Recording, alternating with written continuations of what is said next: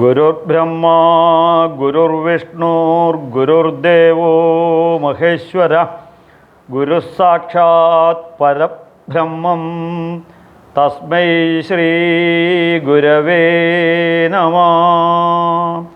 ഹരേ ശരണമയ്യപ്പ. എല്ലാവർക്കും സായം സന്ധ്യ വന്ദനം. ജീവിതം സന്തോഷകരമായി കൊണ്ട് നടക്കാൻ ആഗ്രഹിക്കാത്തവരായി ആരും തന്നെ ഇല്ല. പക്ഷേ ആർക്കും തന്നെ സന്തോഷ ജീവിതം കൊണ്ട് നടക്കാൻ സാധിക്കുന്നില്ല. എന്താണ് ഇതിന് കാരണം എന്ന് നാം അന്വേഷിക്കുകയാണെന്നുണ്ടെങ്കിൽ ഈ സത്യത്തെ അറിഞ്ഞ ഋഷീശ്വരന്മാർ വളരെ വ്യക്തവും കൃത്യവുമായ മാർഗങ്ങൾ നമുക്ക് ഈ ഋഷീശ്വരന്മാർ അവരുടെ അനുഭവത്തിൻ്റെ വെളിച്ചത്തിൽ കാണിച്ചു തരുന്നു. അതിന് കുറച്ചൊന്ന് മെനക്കെടണം. കുറച്ചൊന്ന് മെനക്കെടാതെ ആർക്കും ഒന്നും തന്നെ ആവില്ല. ഈ കച്ചേരിയൊക്കെ അവതരിപ്പിക്കുന്ന ആൾക്കാരെ ഞാൻ കാണാറുണ്ട്. 10, 15, 20 വർഷം പഠിച്ചിട്ടാണ് ഇവരിത് അവതരിപ്പിക്കുന്നത്. ഈ ഡാൻസ് കളിക്കുന്ന കുട്ടികൾ ഭരതനാട്യം, കുച്ചിപ്പുടി എല്ലാത്തിനും മിനിമം ഭാരതീയ കലകൾ പഠിക്കാൻ ഒരു 10 വർഷം പഠിക്കണം. അതുപോലെ തന്നെ ഒരു ഡോക്ടർ ആവണമെന്നുണ്ടെങ്കിൽ മിനിമം ഒരു +2 കഴിഞ്ഞ് അത് ഒരു 15 വർഷം ഇവിടെയും പിന്നീട് ഒരു മിനിമം ഒരു 10 വർഷം പഠിച്ചാലേ ഒരു നല്ല ഡോക്ടർ ആവാൻ പറ്റും. അപ്പോൾ 25 വർഷം പഠിച്ചിട്ടാണ് ഡോക്ടർ ആവുന്നത്. അപ്പോൾ നമ്മൾ ഭൗതികമായ എല്ലാ കാര്യങ്ങൾക്ക് വേണ്ടിയിട്ട് നാം പഠിക്കുന്നുണ്ട്. പക്ഷേ എങ്ങനെ ജീവിതം കൊണ്ടു നടക്കണം എന്ന് കൃത്യമായും വ്യക്തമായും ശുദ്ധമായും അനുഭവത്തിൻ്റെ കാഴ്ചപ്പാടിൽ, അനുഭവത്തിൻ്റെ വെളിച്ചത്തിൽ ഋഷീശ്വരന്മാർ നമുക്ക് അരുളിയ ഈ ശാസ്ത്രങ്ങൾ നമ്മൾ ശാസ്ത്രബോധാധിഷ്ഠിതമായി പഠിക്കുന്നില്ല. ഇതാണ് ഭാരതീയ ഹൈന്ദവ സമൂഹത്തിൻ്റെ അപചയം. ഇതിന് അടിമുട്ടി ഒരു പരിവർത്തനത്തിന് നാം ഓരോ വ്യക്തികളും നമ്മുടെ ഈ ധർമ്മശാസ്ത്രങ്ങൾ നമ്മളെ മക്കളെ പഠിപ്പിക്കലുകൊണ്ട് നമ്മൾ പഠിക്കണം. നമ്മൾ പഠിച്ച് നമ്മൾ ജീവിതത്തിൽ ഇംപ്ലിമെൻറ്റ് ചെയ്യണം. ഇതിൻ്റെ മധുരം എന്താണെന്ന് നമ്മുടെ ഭാര്യയ്ക്ക് അവളുടെ അനുഭവത്തിൽ നിന്നും മനസ്സിലാവുമ്പോഴേക്കും അവളും ഈ ശാസ്ത്രം പഠിച്ചോളും. മറ്റുള്ളവരിൽ നിന്നും പ്രത്യേകത സ്വന്തം അച്ഛനിലും അമ്മയിലും കാണുമ്പോൾ ആ ശാസ്ത്രം പഠിക്കാനും ആ രീതിയിൽ ശ്രദ്ധിക്കണം. അടുക്കും ചിട്ടയുമുള്ള അന്ധവിശ്വാസവും അനാചാരവുമില്ലാത്ത ഒരു ജീവിതം നമ്മുടെ മക്കളും ഫോളോ ചെയ്യും. അപ്പോൾ ഇന്ന് സമൂഹത്തിൽ നിലനിൽക്കുന്ന മദ്യവും മയക്കുമരുന്നും അതുപോലുള്ള സാമൂഹിക അധാർമികത നമ്മളെ മക്കളെ ലവലേശം തീണ്ടില്ല. കാരണം അവരുടെ ജീവിതം, അവർ കാണുന്ന ജീവിതം പവിത്രവും പരിപാവനവും സന്തോഷവും സംതൃപ്തിയും ഉള്ളതാണ് എന്ന് അവർക്ക് തിരിച്ചറിയാൻ സാധിക്കും. അതിന് നാം ആദ്യം ഈ വേദങ്ങളും ഉപനിഷത്തുക്കളും ഭഗവത്ഗീതയും ഭാഗവതവും പഠിക്കണം. അതിന് പഠിക്കാൻ സാധിക്കുന്നില്ല എങ്കിൽ ഇതുപോലുള്ള നിങ്ങളീ കാണുന്ന പോലുള്ള സത്കർമ്മങ്ങൾ ചെയ്ത് ഇതിൻ്റെ അപ്പുറത്തും ഇപ്പുറത്തൊക്കെയുള്ള ധാരാളം വീഡിയോകളുണ്ട്. 400 ചില്ലാൻ വീഡിയോകളുണ്ട്. അതൊക്കെ കണ്ട് ഇതിനെ ശാസ്ത്രീയമായി അപഗ്രഥിച്ച് ശ്രദ്ധിക്കണം. ബുദ്ധിക്കും യുക്തിക്കും അൾട്രാ മോഡേൺ സയൻസിനും ആസപ്റ്റ് ആകുന്ന രീതിയിൽ ഈ ധർമ്മശാസ്ത്രങ്ങളിലുള്ള മൊത്തം പവിഴങ്ങളും പെറുക്കിയെടുത്ത് അവ ജീവിതത്തിൽ ഹാരങ്ങളായി ധരിക്കുകയാണെന്നുണ്ടെങ്കിൽ നമ്മുടെ ജീവിതം വസന്ത സുഗന്ധമായി മാറും. ഇതാഗ്രഹിക്കാത്തവർ ആരും തന്നെ ഇല്ല. അപ്പോൾ ശാന്തിയും സമാധാനവും ഇല്ലാത്ത ഒരു സമൂഹമാണ് നമുക്ക് കാണാൻ സാധിക്കുന്നത്.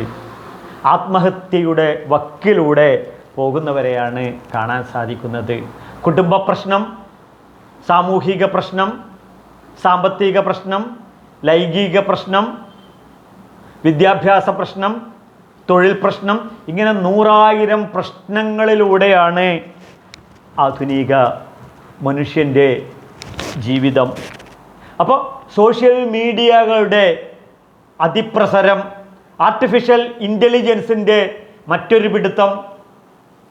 നമുക്കറിയാം നമ്മുടെ ജീവിതം ഇപ്പോൾ ബേസ് ചെയ്തിട്ടുള്ള തന്നെ ഫേസ്ബുക്കിനും ട്വിറ്ററിനും വാട്സാപ്പ് ഗ്രൂപ്പുകൾക്കും അതുമായി ബന്ധപ്പെടുത്തിയിട്ടാണ് നമ്മുടെ ജീവിതം. അതുകൊണ്ട് തന്നെ വേദവ്യാസ ഭഗവാൻ വിശ്വത്തോളം വിശാലമാകട്ടെ നമ്മുടെ വീക്ഷണം എന്ന് കരുതി നമ്മുടെ മനസ്സിനെ, നമ്മുടെ ചിന്താഗതികളെ വികസിപ്പിക്കുന്ന തത്വസംഹിതയുടെ പേരാണ് വേദവ്യാസ ഭഗവാൻ. അദ്ദേഹം പറയുന്നു ഭാഗവതത്തിൽ, കിമർത്ഥം വ്യർത്ഥം ഭോ വ്രജതേ കുപദേ കുത്സിതകതേ. ഇത്രയേ ഉള്ളൂ.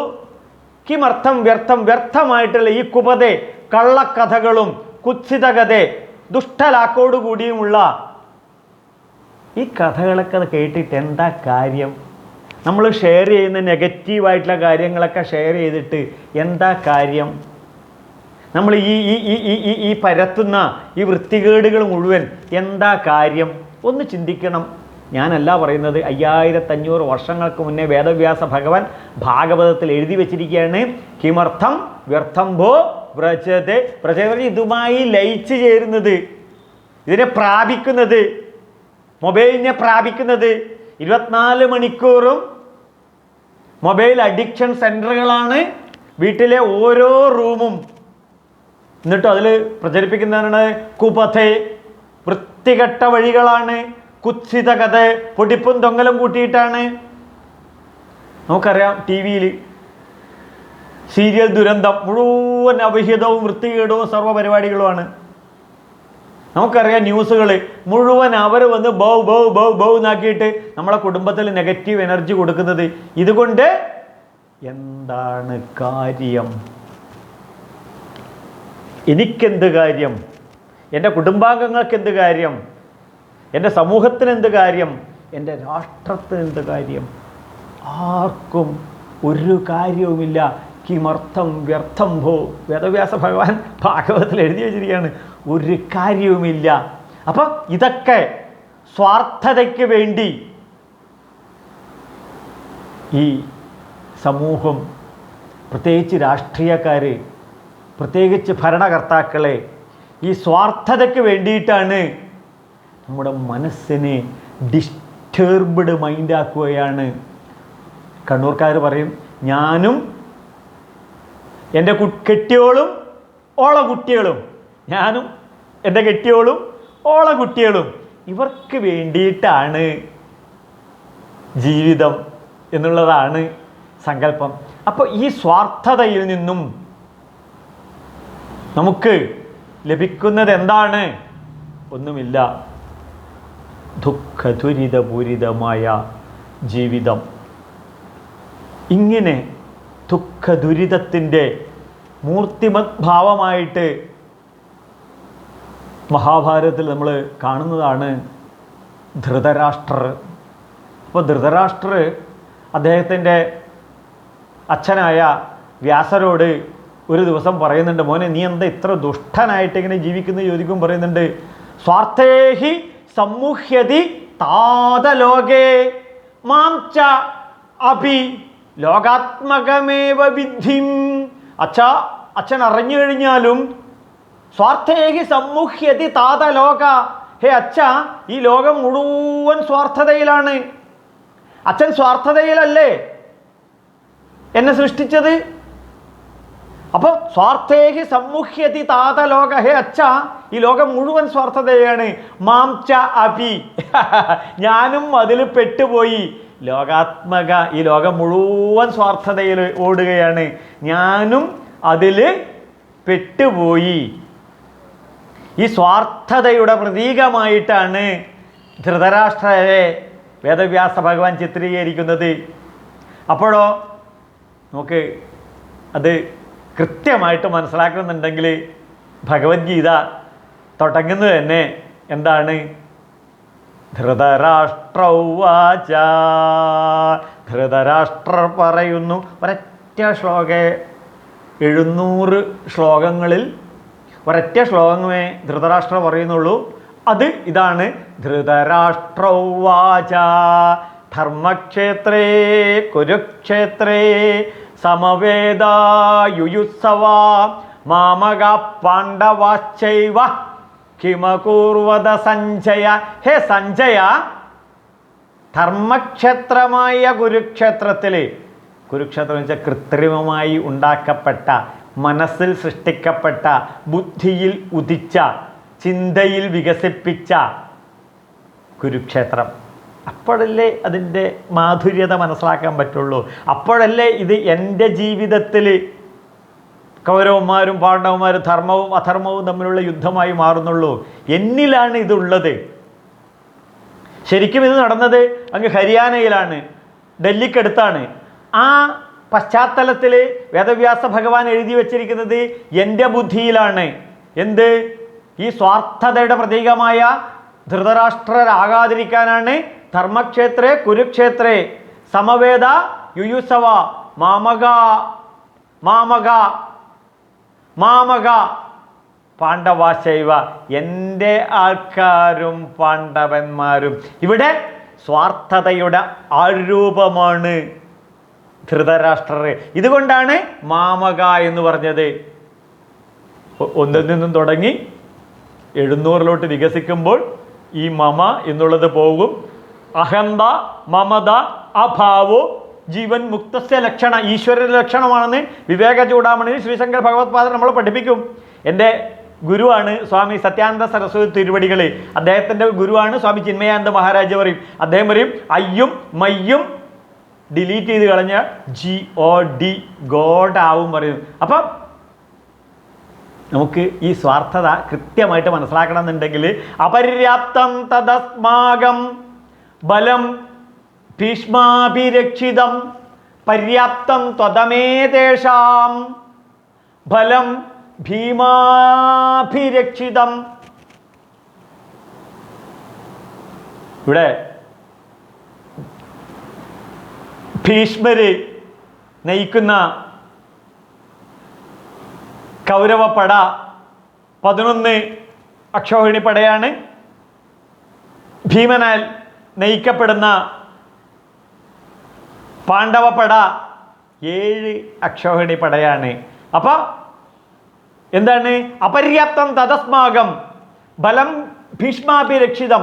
11 അക്ഷോഹിണി പടയുണ്ടായിട്ടും പറയുകയാണ് അപര്യാപ്തം, പോരാ പോരാ പോരാന്ന്. ഈ പോരാ പോരാ പോരാ എന്നുള്ള ആറ്റിറ്റ്യൂഡാണ് നമ്മുടെ ജീവിത ദുഃഖത്തിൻ്റെയും ദുരിതത്തിൻ്റെയും പിറകിൽ പ്രവർത്തിക്കുന്ന ഘടകമെന്നാണ് ഇവിടെ വേദവ്യാസ ഭഗവാൻ പറഞ്ഞത്. കിട്ടിയതെല്ലാം അപര്യാപ്തത, അതിലൊന്നും സംതൃപ്തിയില്ല. പര്യാപ്തം ത്വതമേതേഷാം ഫലം ഭീമാഭിരക്ഷിതം. ഭീമൻ രക്ഷിക്കുന്ന ഈ പടയ്ക്ക് വെറും 7 അക്ഷോഹിണി പടയേ ഉള്ളൂ. എന്നിട്ടോ ഇത് പര്യാപ്തമാണ്. അപ്പം ആറ്റിറ്റ്യൂഡിൻ്റെ എന്താണ്? ധൃതരാഷ്ട്ര സ്വാർത്ഥത ആറ്റിറ്റ്യൂഡ് എന്ന്. ധർത്തരാഷ്ട്രസ്യ ദുർബുദ്ധേ ധർത്തരാഷ്ട്രസ്യ ദുർബുദ്ധേ യുദ്ധേ പ്രിയ ചികീർഷവ. വേദവ്യാസ ഭഗവാൻ വരച്ച ചിത്രമാണിത്. പിടിച്ചു പറിക്കാൻ, കട്ടുപഴിക്കാൻ, വെട്ടിപ്പിടിക്കാൻ, തട്ടിപ്പറിക്കാൻ, കൈക്കൂലി വാങ്ങിക്കാൻ ഉള്ള ആറ്റിറ്റ്യൂഡിനെയാണ് ഇവിടെ ധൃതരാഷ്ട്രർ എന്ന് പറയും. അങ്ങനെയുള്ള വികൃതമായ സ്വാർത്ഥതയുടെ പ്രതിഫലമായിട്ടാണ് എന്ത്? സ്വാർത്ഥതയുടെ പ്രതീകമായിട്ടാണ് എന്ത്? ധാർത്തരാഷ്ട്ര ദുർബുദ്ധി. ഈ ദുർബുദ്ധി ധാർത്തരാഷ്ട്രസ്യ ദുർബുദ്ധി യുദ്ധേ, ഇവർക്ക് ഏറ്റുമുട്ടാനുള്ള ചിന്താഗതികളായിരിക്കും. ഇങ്ങനെയുള്ള ചിന്താഗതിയുള്ള വ്യക്തികൾ അവരാദ്യം ഏറ്റുമുട്ടുന്നത് ആരോടായിരിക്കും? സ്വന്തം അച്ഛനോടും സ്വന്തം അമ്മയോടും സ്വന്തം ഭാര്യയോടും സ്വന്തം ഭർത്താവിനോടും സ്വന്തം കുടുംബാംഗങ്ങളോടും സ്വന്തം സുഹൃത്തുക്കളോടും ഏറ്റുമുട്ടുന്ന ഈ ആറ്റിറ്റ്യൂഡാണ്, ഈ ആസുരീക ചിന്താഗതിയാണ്, ഈ ഡിസ്ട്രോയിഡ് ആറ്റിറ്റ്യൂഡിനെയാണ് ധൃതരാഷ്ട്രർ എന്ന് പറയുന്നത്. അപ്പോൾ സഹോദരന്മാരോടാണ് നാം ആദ്യം പിടിച്ചു പറിക്കുകയും വെട്ടിപ്പിടിക്കുകയും കട്ടെടുക്കുകയും ചെയ്യുന്നത് സഹോദരന്മാരോടായിരിക്കും. അതുകൊണ്ടാണ് ഈ ധാർത്തരാഷ്ട്രസ്യ ദുർബുദ്ധി. അപ്പം ഈ ദുർബുദ്ധിയിൽ നിന്നും, ഈ ആറ്റിറ്റ്യൂഡിൽ നിന്നും, കാരണം നമ്മുടെ ഇന്ദ്രിയങ്ങളൊക്കെ ബഹിർമുഖമാണ്. അപ്പോൾ ബഹിർമുഖ ആസക്തി, ഈ അസംതൃപ്തി, ഈ അമിതാസക്തി, ഇതൊക്കെ അസ്വസ്ഥതയിലോട്ട് വരും. അതുകൊണ്ട് ഭഗവാൻ ഇതിന് ശാശ്വതമായ ഒരു പരിഹാരം കാണുകയാണ്. എന്താണ്? നമുക്ക് നോക്കാം. ഭഗവാൻ എന്താണ് ഇതിന് പരിഹാരം കാണുന്നത് എന്ന് പറയുന്നത് ഭഗവാൻ പറയും. അപ്പോൾ ശ്രദ്ധിക്കണം, ശ്രീകൃഷ്ണ പരമ ആത്മാവ് ആണ് എൻ്റെ അന്തരാത്മാവ്. കാരണം ഇത് അദ്വൈതമാണ്. ജീവാത്മാവും പരമാത്മാവും ഒന്നാണ്. അതുകൊണ്ട് തന്നെ മയ്യാസക്തമനഃപാർത്ഥ യോഗം ജുജ്ജൻ മദാശ്രയ അസംശയം സമഗ്രം യഥാ ജ്ഞാസ്യാസി യത് ശൃണു. ഭഗവാൻ അസന്നിഗ്ധമായി പറയുകയാണ്, ഈ ദുഃഖ ദുരിതങ്ങൾക്ക് ശാശ്വതമായ ഒരു പരിഹാരം മതാശ്രയ. എന്നെ ആശ്രയിക്കൂ, ബുദ്ധിസ്വരൂപനായ എന്നെ ആശ്രയിക്കൂ. അപ്പോൾ ഗുരുവായൂർ പോകുന്ന ഓരോ ഭക്തനും ആ അട്രാക്റ്റീവ് ആറ്റിറ്റ്യൂഡ്, ആ അട്രാക്റ്റീവ് മൈൻഡ്, ആ ഭഗവാനെ നാം കുളിച്ച് ഭഗവാനെ തൊഴുത് ആ ഭഗവാനെ തൊഴാൻ ക്യൂവിൽ നിന്ന് നാമജപ ലയ ലഹരിയിലൂടെ വിഷ്ണു സഹസ്രനാമത്തിലൂടെ വ്യവസായാത്മിക ബുദ്ധി ഏകഹ കുരുനന്ദന. ഭഗവാൻ പറയുന്നു, ആ മനസ്സിനെ ബുദ്ധിയെ ഉറപ്പിച്ച് കോൺസെൻട്രേറ്റ് ചെയ്യൂ. എന്ത്? ഈ ഗുരുവായൂരപ്പ വിഗ്രഹത്തിലോട്ട്. ആ വിഗ്രഹത്തിലോട്ട് കോൺസെൻട്രേറ്റ് ചെയ്ത് ഗുരുവായൂരപ്പ ദർശനം ലഭിക്കുന്ന മനസ്സ് പിന്നീട് എന്താകണം?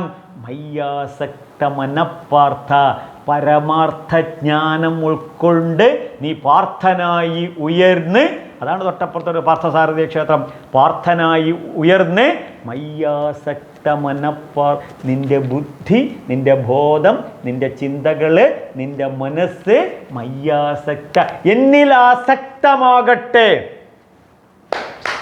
ഇപ്പോൾ മനസ്സ് മദ്യത്തിലാണ്, ഇപ്പോൾ മനസ്സ് സ്ത്രീ വിഷയങ്ങളിലാണ്, ഇപ്പോൾ മനസ്സ് അമിതാസക്തി സമ്പത്തിനോടാണ്, ഇപ്പോൾ മനസ്സ് അമിതാസക്തി ഭൗതികതയിലാണ്. ഇതിൽ നിന്നും മനസ്സിനെ ഭഗവാൻ ഗുരുവായൂരപ്പൻ, ഞാൻ പറയുന്നതല്ല, എനിക്കത്രയൊന്നും കഴിവില്ല, ഗുരുവായൂരപ്പൻ പറയുന്നു. ഇവിടെ ശ്രദ്ധിക്കൂ, ഗുരുവായൂരപ്പൻ പറയുന്നു, മയ്യാസക്ത മനഃപാർത്ഥ, നീ എന്നിലാസക്തമാകും, നമുക്കൊരു നഷ്ടവും ഇല്ല.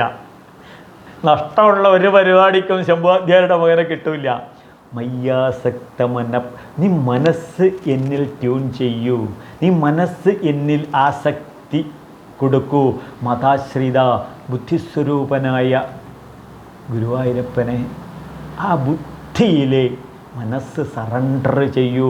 അപ്പോൾ യോഗം യുജ്വൻ, സച്ചിദാനന്ദത്തിൽ സന്തോഷ സംതൃപ്തി ഉള്ളിൽ തെളിഞ്ഞ് കാണാൻ ശ്രദ്ധിക്കൂ. യുജ്യൻ, ശീലിക്കൂ. അപ്പോൾ മനസ്സിനെ ട്രെയിൻ ചെയ്ത് ബോധസ്വരൂപമായ, ഞാൻ പറയുന്നതല്ല, നാരായണീയത്തിൽ ഭട്ടതിരിപ്പാട് സാന്ദ്രാനന്ദാവബോധാത്മകമനുപ അറിയാലോ, ഇളകാത്ത സച്ചിദാനന്ദ സ്വരൂപമായ ബോധസ്വരൂപത്തിൽ അസംശയം സമഗ്രം മാം യഥാ ജ്ഞാസ്യാസി യത് ശൃണു, എന്നെ സംശയാതീതമായി, എന്നെ പറയൂ, സംശയാതീതമായി പൂർണ്ണമായും നീ അറിഞ്ഞാൽ, ആരെ? ഗുരുവായൂരപ്പൻ പറയുന്നതാണ്, നീ എന്നെ സംശയാതീതമായി പൂർണ്ണമായി നീ അറിഞ്ഞാൽ പരമാത്മാവ് തന്നെ, ജീവാത്മാവ് എന്ന് ശ്രദ്ധിക്കൂ, അസംശയം, സംശയമില്ലാതെ ദൃഢമായി നീ അറിഞ്ഞു കഴിഞ്ഞാൽ പിന്നെ ഭാഗവത ഉപനിഷത്ത് പറയുന്നു, മരണഭയത്തെ, ദുഃഖത്തെ ഇല്ലാതാക്കാൻ പറ്റും. മരണഭയത്തെ, ദുഃഖത്തെ ഇല്ലാതാക്കാൻ പറ്റും. മരണഭയം എല്ലാ ജീവികൾക്കും ഉള്ളതാണ്. ആ മരണഭയത്തെ അതിവർത്തിക്കാനും അതിജീവിക്കാനും പറ്റും. പരീക്ഷിത്ത് മഹാരാജാവിന് ശ്രീ സുഖബ്രഹ്മഋഷി ഉപദേശിക്കുന്നത് ഈ ഭാഗവതമാണ്. മരണഭയത്തിൽ നിന്നും ഉയർത്തെഴുന്നേക്കാൻ. മരണഭയമില്ല എന്ന് പറഞ്ഞു കഴിഞ്ഞാൽ അഭീഹി ഇത് വേദാന്തത്തിൻ്റെ മഹാവേദത്തിൻ്റെ പെരുമ്പറ ഘോഷമാണ് സന്തോഷ സംതൃപ്ത ജീവിതം. അപ്പോഴോ ഈ ദുഃഖമില്ലാത്ത മനസ്സിൻ്റെ അവസ്ഥയിൽ അന്തരാത്മാവായി കൃഷ്ണൻ തിളങ്ങുമ്പോഴോ നമുക്ക് ഭാഗവതത്തിൽ ചതുർത്ഥ സ്കന്ധത്തിൽ 9-ാമത്തെ അധ്യായത്തിൽ 6-ാമത്തെ ശ്ലോകത്തിൽ ധ്രുവനുണ്ണി ഭഗവാനെ സ്തുതിക്കുന്ന ഒരു നല്ല സ്തുതിയുണ്ട്. ഈ സ്തുതി എന്താണെന്ന് മനസ്സിലാക്കി കഴിയുമ്പോൾ മനസ്സിലാകും. ശരണമയ്യപ്പ. യോന്തപ്രവിശ്യ മമ വാചമിമം പ്രസുപ്തം സഞ്ജീവയന്ത്യഖിലശക്തി ധരസ്വധാംനാ അന്യാംശ്ച ഹസ്തചരണ ശ്രവണത്വഗാദിൻ പ്രാണം നമോ ഭഗവതേ പുരുഷായ തുഭ്യം. പ്രാണം നമോ ഭഗവതേ പുരുഷായ തുഭ്യം.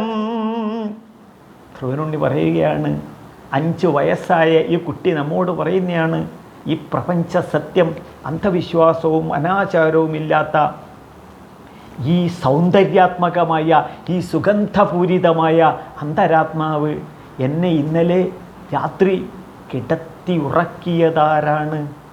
ഞാൻ ഉറങ്ങിയത് എവിടെയാണ്? ഇന്ന് രാവിലെ എന്നെ ഉണർത്തിയതാരാണ്? യോ അന്തപ്രവിശ്യ മമ വാചമിമം പ്രസുപ്തം. എന്നെ രാവിലെ ഉണർത്തിയതാരാണ്? എന്നെക്കൊണ്ടിത് പറയിപ്പിക്കുന്നതാരാണ്? എന്നെക്കൊണ്ട് എന്തൊക്കെയോ ഭഗവാൻ പറയിപ്പിക്കുന്നു, എന്നെക്കൊണ്ട് എന്തൊക്കെയോ ഭഗവാൻ ചെയ്യിപ്പിക്കുന്നു, എന്നെക്കൊണ്ട് എന്തൊക്കെയോ നടത്തിപ്പിക്കുന്നു. പറയേണ്ടതൊക്കെ പറഞ്ഞു കഴിഞ്ഞാൽ, ചെയ്യേണ്ടതൊക്കെ ചെയ്തു കഴിഞ്ഞാൽ, വിധിച്ചിടുന്ന കർമ്മത്തെ തീരുമ്പോൾ പതിച്ചിടുന്നു ദേഹമൊരിടത്തും. അപ്പോൾ യോ അന്തപ്രവിശ്യ, ഇതിനകത്ത് പ്രവേശിച്ച് മമ വാചമിമാം പ്രസുപ്തം, എന്നെക്കൊണ്ട് പറയിപ്പിക്കുന്നത് അല്ലയോ ഗുരുവായൂരപ്പ, അങ്ങല്ലേ എന്നെക്കൊണ്ട് പറയിപ്പിക്കുന്നത്. അപ്പോൾ കണ്ണിന് കണ്ണ് മനമാകുന്ന കണ്ണതിന്. അപ്പോൾ എന്നെ കാണിപ്പിക്കുന്നത് ഭഗവാനെ, അവിടെ നിന്നല്ലേ. എന്നെ രുചിപ്പിക്കുന്നത് ഭഗവാനെ, അവിടെ നിന്നല്ലേ. എന്നെ ഇതൊക്കെ കേൾപ്പിക്കുന്നത് ഭഗവാനെ, എൻ്റെ ഉള്ളിലായ ഭഗവാനല്ലേ. അപ്പോൾ സഞ്ജീവയന്തി അഖിലശക്തിധര സ്വധാംന, എന്നെ എല്ലാ ജീവജാലങ്ങളെയും എന്നെയും സജീവമാക്കുന്നത്, ഉണർത്തുന്നത്, ഊർജസ്വലമാക്കുന്നത്, അഖില ശക്തിയും എനിക്ക് തരുന്നത് അല്ലയോ ഭഗവാനെ, അവിടെ നിന്നല്ലേ. എനിക്കിതെങ്ങനെ മനസ്സിലായതെന്ന് ചോദിച്ചു കഴിഞ്ഞാൽ, ഈ തെടുപ്പള്ളിയിൽ ഭയങ്കര ലൈറ്റ് ഇടും. അപ്പോൾ 4 മണിക്ക് ലൈറ്റിട്ട് ഒക്കെ പ്രവൃത്തികളൊക്കെ ചെയ്യും. നല്ല വെളിച്ചമാണ് ഉള്ള ഇതിനകത്തോട്ടെ. പക്ഷെ 6 മണിയാകുമ്പോഴേക്കും ഈ കൊതുകളുടെ ഒന്നും ശല്യം തെടുപ്പള്ളിയിലില്ല. അപ്പോൾ ഈ 6 മണിക്ക് ഇവരോട് പറയുന്നത് ആരാണ്? വെളിച്ചായി, അതുകൊണ്ട് എവിടെയെങ്കിലും പോയി ഒളിച്ചോളൂ എന്ന്. അപ്പോൾ പ്രകാശം സാധാരണ പോലെയുള്ള പ്രകാശം അതിനേക്കാൾ പ്രകാശം ഇവിടെ ഉണ്ട്. അപ്പോൾ അതുപോലെ തന്നെ സന്ധ്യക്ക് ദിവാരാനെ കഴിഞ്ഞ് തെടുപ്പള്ളിയിൽ വന്നിരുന്ന് കഴിഞ്ഞാൽ ഭയങ്കര കൊതുകായിരിക്കും. പക്ഷെ ഇതിനകത്ത് നല്ല വെളിച്ചം ഉണ്ടാവുകയും ചെയ്യും. അപ്പോൾ സന്ധ്യയായി. അപ്പോൾ എനിക്ക് മനസ്സിലായി, സഞ്ജീവയന്തി അഖിലശക്തിധരസ്, എല്ലാത്തിനെയും സജീവമാക്കുന്ന അന്തഃപ്രവിശ്യ, അകത്ത് കയറി ഉണർത്തുകയും ഉയർത്തുകയും ഉറക്കുകയും ചെയ്യുന്നത് ആ ഭഗവാനാണ്. അതുകൊണ്ട് തന്നെ നമ്മളെ മക്കളെ നമ്മളിത് ആചരിക്കണം. നമ്മളിത് ഉറങ്ങി എഴുന്നേറ്റ ഉടനെ അവിടെ ചുമരിൽ എഴുതി ഒട്ടിച്ചിട്ട് നമ്മൾ ദിവസേന രാവിലെ ചൊല്ലണം. അപ്പോഴോ നമ്മൾ തൊട്ടടുത്ത് കിടക്കുന്ന നമ്മുടെ, ശ്രദ്ധിക്കണം, സഹധർമ്മിണി ഇത് കേട്ട് പഠിച്ചോളും. ഇത് കുറച്ച് ഒച്ചത്തിൽ ചൊല്ലിക്കഴിഞ്ഞാൽ അപ്പുറത്തെ റൂമിൽ കിടക്കുന്ന നമ്മളെ മക്കളും കേട്ട് പഠിച്ചോളും. ഇത് ഒച്ചത്തിൽ പിന്നെ ഹാളിലും അവിടെ ഇവിടെയൊക്കെ പോയിട്ട് ഒച്ചത്തിൽ ചൊല്ലിക്കഴിഞ്ഞാൽ നമ്മളെ മക്കളെ പഠിപ്പിക്കരുത്, അവർ ഓട്ടോമാറ്റിക്കായിട്ട് പഠിച്ചോളും. കാരണം എൻ്റെ അച്ഛനിത്, നിങ്ങൾക്കെല്ലാവർക്കും അറിയാം, മുൻ ശബരിമല മേശാന്തിയും കൃഷ്ണ യജുർവേദ പണ്ഡിതനും ഭാഗവതോത്തമനും ഭഗവത്ഗീത ആചാര്യനുമായ അദ്ദേഹം ഇത് ചൊല്ലുന്നു കേട്ട് പഠിച്ചതാണ്. അദ്ദേഹത്തിൻ്റെ ഗുരുവിൽ നിന്നും പഠിച്ചതാണ്. ഏവം പരമ്പരാപ്രാപ്തം. എനിക്ക് നമ്മളോട് പറയുന്നത് അന്യാംശ്ച ഹസ്തചരണ ശ്രവണത്വകാദിൻ, എൻ്റെ കരചരണാദി അവയവങ്ങളെയൊക്കെ ആക്റ്റീവായി പ്രവർത്തിപ്പിക്കുന്നത്, കൃത്യമായിട്ട് മനസ്സിലാക്കുന്ന വീട്ടിലെ എല്ലാ എക്യുപ്മെൻറ്റുകളെയും പ്രവർത്തിപ്പിക്കുന്നത് ആ വൈദ്യുതിയാണ്. അതുപോലെ അല്ലയോ ഗുരുവായൂരപ്പ, എന്നിൽ ചൈതന്യമായി നിലനിൽക്കുന്ന, ഇലക്ട്രിസിറ്റിയായി വന്ന് നിൽക്കുന്നത്, ഊർജമായി വന്ന് നിൽക്കുന്നത്, കോസ്മിക് എനർജിയായത് ഗുരുവായൂരപ്പ, പ്രാണം നമോ, എൻ്റെ പ്രാണനായിട്ട് കൃഷ്ണ നീയാണ്, എൻ്റെ കൃഷ്ണ പ്രാണനായിട്ട് നീയാണ്. പ്രാണം നമോ ഭഗവതേ പുരുഷായ തുഭ്യം.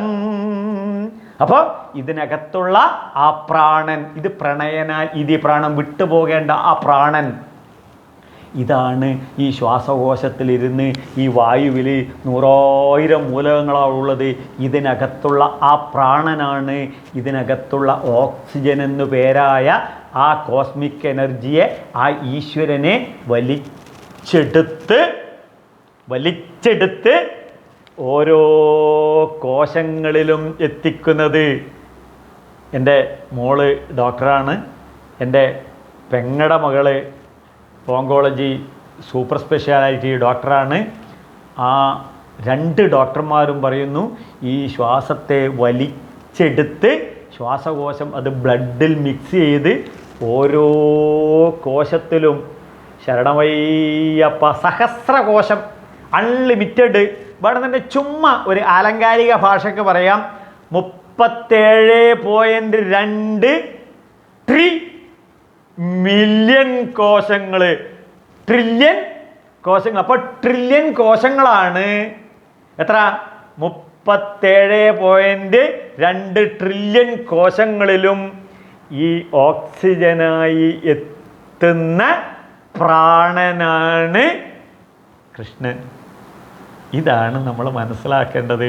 അപ്പോൾ ആ അന്തരാത്മാവായ കൃഷ്ണനെ അറിയുകയും വികസിപ്പിക്കുകയും പ്രാണവായുവായി കൊണ്ടു നടന്ന് വികസിപ്പിച്ച് അന്ത്യനിമിഷം വരെ ആ കൃഷ്ണൻ പറഞ്ഞ ഭഗവത്ഗീത അധിഷ്ഠിതമായി, കൃഷ്ണൻ പറഞ്ഞ ഭാഗവതാധിഷ്ഠിതമായി, ശ്രദ്ധിക്കൂ, അടുക്കും ചിട്ടയും കൃത്യനിഷ്ഠതയുമുള്ള ഒരു ഊർജ്ജസ്വലമായ ജീവിതം നാം കൊണ്ടു നടക്കണം. എങ്കിൽ നമ്മുടെ ഭർത്താവും ഇതേ സംസ്കൃതിയിൽ തന്നെ മുന്നോട്ട് വരും, നമ്മുടെ മക്കളും ഇതേ സംസ്കൃതിയിലോട്ട് വരും. എൻ്റെ അച്ഛനും അമ്മയും ഈ സംസ്കൃതിയിൽ വളർന്ന് ഈ സംസ്കൃതിയുടെ മധുരതരമായ ജീവിതം ആസ്വദിക്കുന്നത് കണ്ടുകൊണ്ടാണ് എനിക്കിത് നിങ്ങളോട് പറഞ്ഞു തരാൻ സാധിക്കുന്നത്. നിങ്ങളും ഈ സംസ്കൃതിയിൽ വളരണം, വരും തലമുറയെ ഇത് പഠിപ്പിക്കണം. ഇല്ല എങ്കിൽ നമ്മുടെ മക്കൾ നമ്മളെ അഗതി മന്ദിരത്തിൽ കൊണ്ട് തള്ളാതിരിക്കാൻ നമ്മളിത് ആദ്യം പഠിക്കണം, നമ്മളെ മക്കളെ പഠിപ്പിക്കണം. കൂടുതൽ അറിയാൻ ഈ ചാനലിലുള്ള മുകളിലുള്ള ധാരാളം വീഡിയോകളുണ്ട്, അവ കാണണം. നമ്മളെ മക്കൾക്കിത് ഷെയർ ചെയ്യണം, ലൈക്ക് ചെയ്യണം, സബ്സ്ക്രൈബ് ചെയ്യണം. എന്തൊക്കെയാണ് വെച്ചാൽ നിങ്ങളുടെ അഭിപ്രായങ്ങൾ എഴുതണം. എന്തായാലും ശരി, എല്ലാവർക്കും ആയുരാരോഗ്യ സൗഖ്യം സന്തോഷപ്രദമായ ഒരു ജീവിതം ആശംസിച്ചു കൊള്ളുന്നു. നാരായണീയം നമുക്കറിയാം, ഗുരുവായൂരപ്പൻ്റെ അഗ്രേ പശ്യാമി തേജോ. കണ്ടു കണ്ടു കണ്ടു കണ്ടു. ഇവിടെ കേട്ട കാര്യമല്ല പറയുന്നത്, പിന്നെ നമ്മളെ ഭാര്യയെ കണ്ടു, നമ്മുടെ ഭർത്താവിനെ കണ്ടു, നമ്മളെ മക്കളെ കണ്ടു, അച്ഛനെ കണ്ടു, അമ്മയെ കണ്ടു, അനുഭവിച്ചറിഞ്ഞതാണ്.